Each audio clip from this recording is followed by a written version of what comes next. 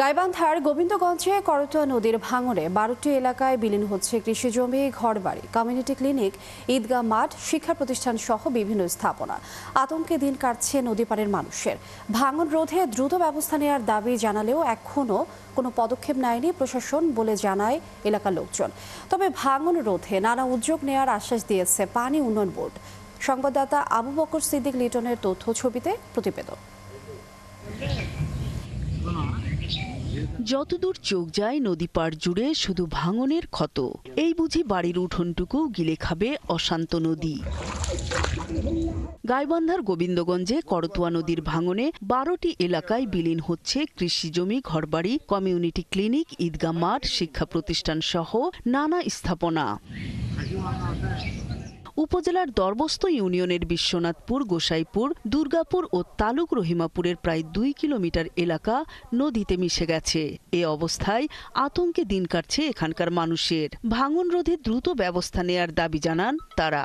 এই নদী এমন ভাবে ভাঙতেছে যা সারাদিন পরিশ্রম করে আসে যে রাতে ঘুমাবো সে ঘুমটুকু হারাম হয়ে যাচ্ছে। 60-65 ঘর মানুষ, তারা থাকার মতন আশ্রয় নেই, বাড়ি করার মতন আর অন্যটা কোনো ক্যাপাসিটি নাই।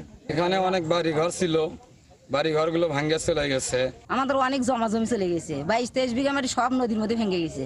তাই করতে না বাবা, আরো আগে 4-5টা বাড়ি ছিল, সে বাড়ি কয়টা নদীর মধ্যে চলে গেছে। এ ব্যাপারে পানি উন্নয়ন বোর্ডের নির্বাহী প্রকৌশলী বলেন, করতোয়া একটি মৌসুমী নদী। বৃষ্টি আর বন্যা হলে এখানে ভাঙন দেখা দেয়। ভাঙন রোধে সমীক্ষা শেষ হয়েছে। প্রস্তাবিত অর্থ ছাড় হলেই কাজ শুরু করা হবে। সমীক্ষা প্রতিবেদনের যে প্রস্তাবনা যেটি আছে সেটার সুপারিশের আলোকেই আমরা একটি ডিপিপি প্রণয়নের কার্যক্রম গ্রহণ করতেছি।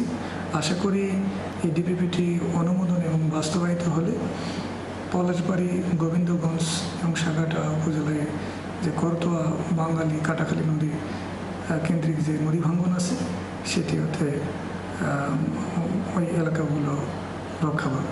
ভাঙন হুমকিতে রয়েছে করতোয়া বন্যা নিয়ন্ত্রণ বাঁধ সহ 4 গ্রামের 2 শতাধিক বসতভিটা, মসজিদ ও অন্যান্য অবকাঠামো। নূর তাজমিন নীর, 71।